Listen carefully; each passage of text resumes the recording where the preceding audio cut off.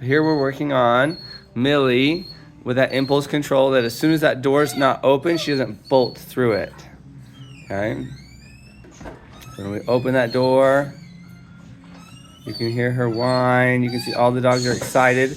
When she steps in, we're just gonna use that same distance pressure, and we're gonna push her back out, and then we're gonna let her go. Let her make those choices. So we've gotta let her choose to make that choice, right? Maybe I'll get a better view if I go outside.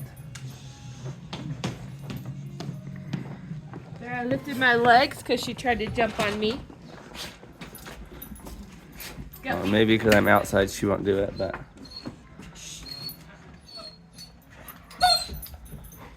Bubbles, go to bed.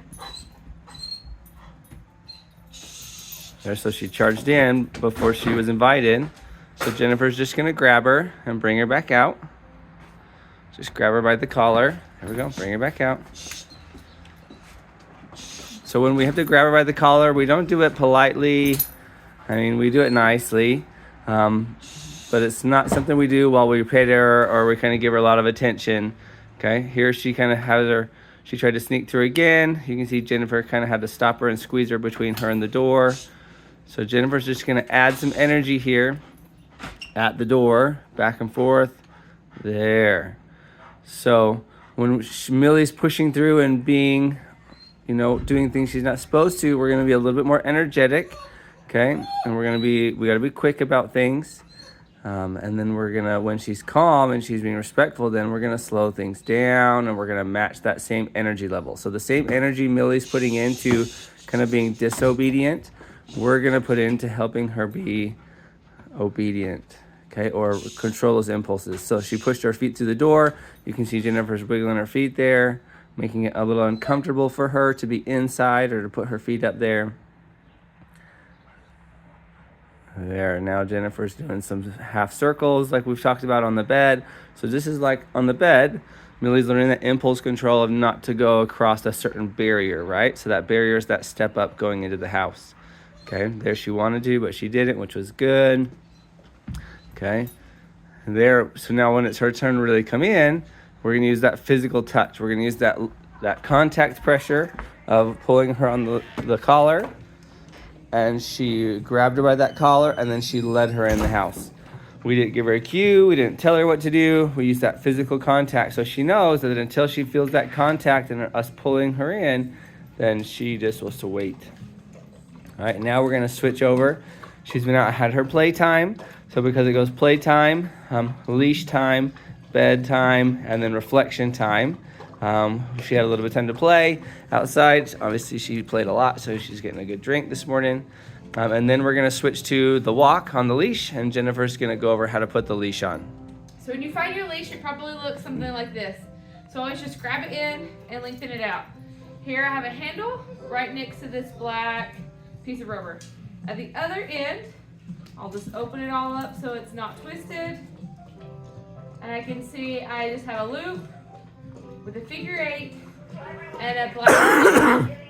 So I'm just gonna push this button so that I can make it really big. I take the O-ring all the way to the top. And then I have my figure 8.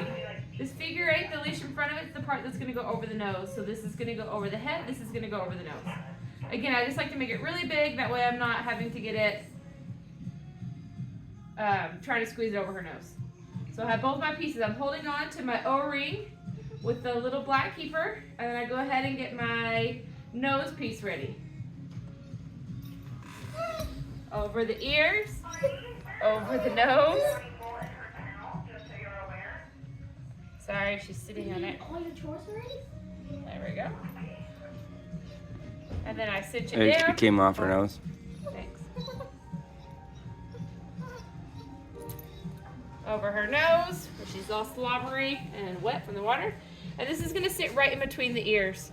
I'll push this black button to cinch down the keeper. And you can see it's offset just a little bit. It's more behind this ear than it is right in the middle. So I'm gonna move this to the middle, and I'm gonna move the mouthpiece the opposite way. She has a loose licker, which means she likes to lick all the time, so we're working on that one, but that one will take lots of time. There we go. I have it right here. When I lift up the weight of an apple, it should give me 1 inch. And I might have to adjust that once we get going on our walk. This black piece that's down here will just connect to the collar like a safety. So if it ever all came off of her body, it would still be connected as a safety. To take it off, I'm just going to push this black button, loosen it up, take the keeper off the nose, off the ears, and then it's all gone. So we'll do that one more time. Make it extra big, even though it just came off. It's always easier if it's bigger. Move the O-ring to the black keeper. Move the figure 8 to the middle.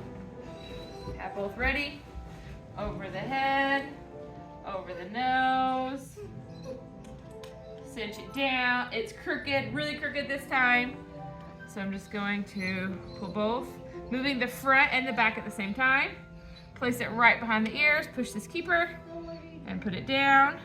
So when she says right behind the ears, it means the string here around goes right behind the ears. And not necessarily the keeper thing. The keeper goes in the middle, but then the string goes right behind the ears. We don't want it down here by her collar or lower on the neck. We want it right up behind her ears. This is a go.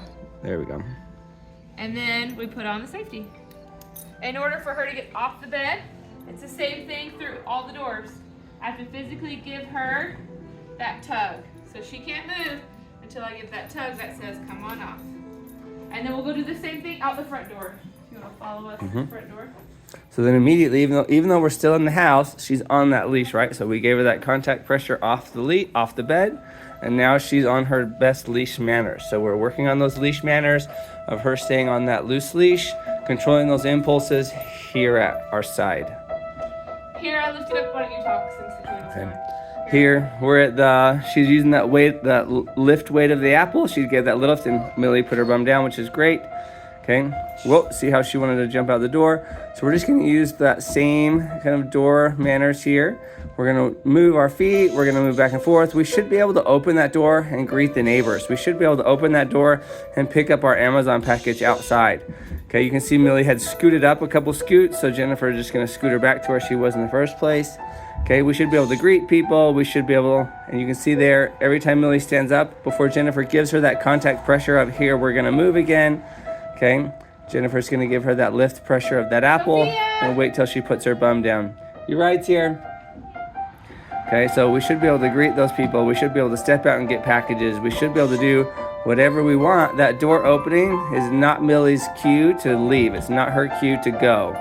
Okay, that's her cue just to say, oh, the door's open. It's not a big deal.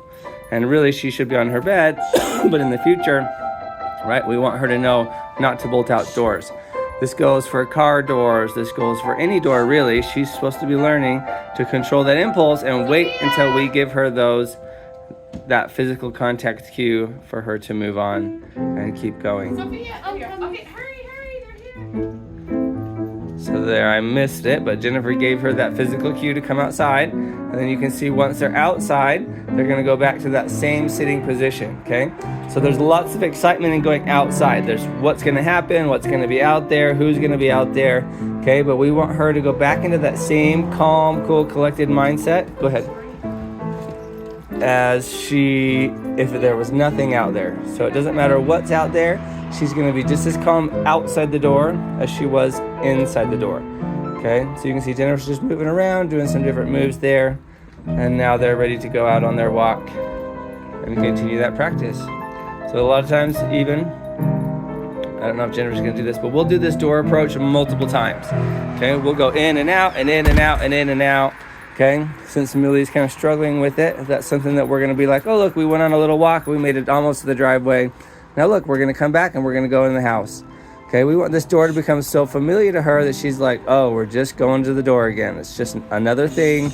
It's not a big deal. Okay, if the door is always this big, exciting, we're gonna go for a walk, we're gonna play in the yard, you know, something super exciting and awesome, then it is always gonna be harder to control that impulse. So we're gonna practice it so that she's so familiar with what that door means, coming and going, okay, that it's not anything super exciting, it's just a door opening. It doesn't mean she should get excited. It doesn't mean it's gonna be super wow and awesome. You can see there she was kind of pawing at it. She wants to scratch it off.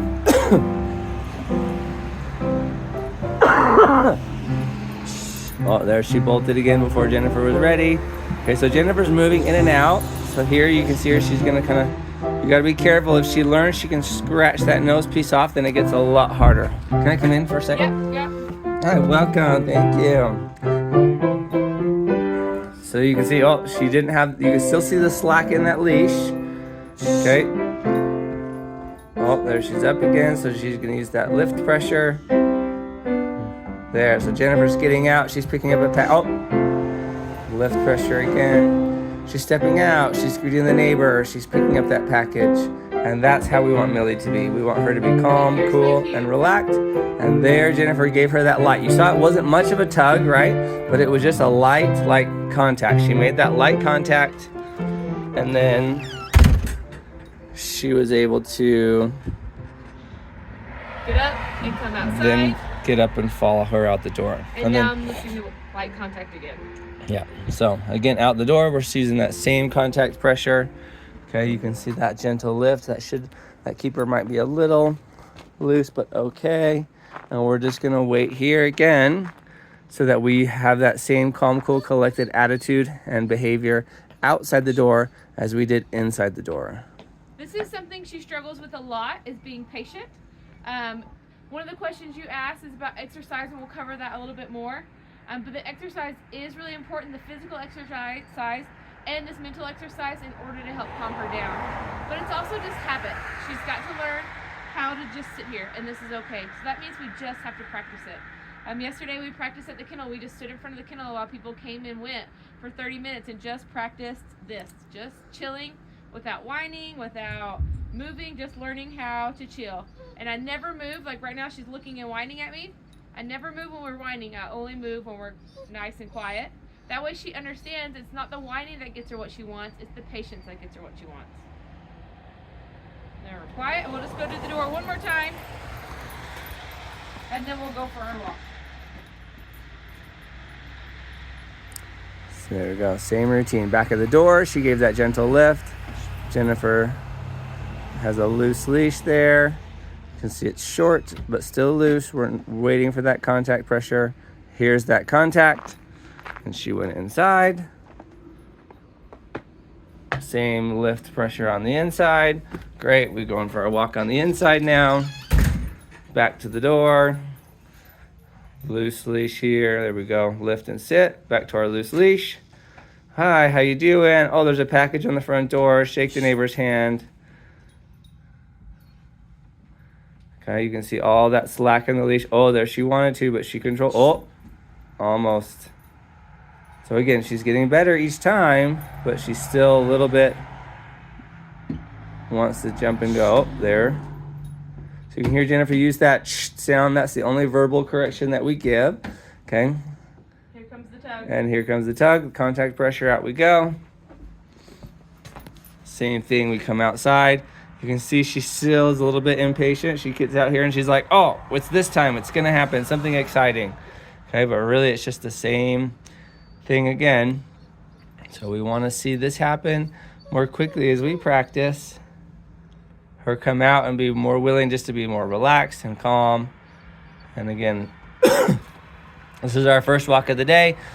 So the first walk is always the most energetic because we did let her go play in the backyard, but she was done playing. And so now she's ready to go do something else. And she still has all that energy because she just woke up. And she's just a little bit more energetic in the morning because we haven't really had a great playtime yet. So they're going to head out on their walk. Going for a little walk here. Again, this is just as mental as it is physical, if not more mental than it is physical, because we are working on those leash manners. Now you can see Jennifer use those tools. There's the flick. There's a turnaround. There she's doing maybe some zigzags or some serpentines as she kind of wiggles back and forth across the driveway. See how she keeps her hand with that leash back by her back pocket. There again, so it doesn't matter how far you go, it matters how well Millie is walking there at your side. There's a little flick, there's another little flick.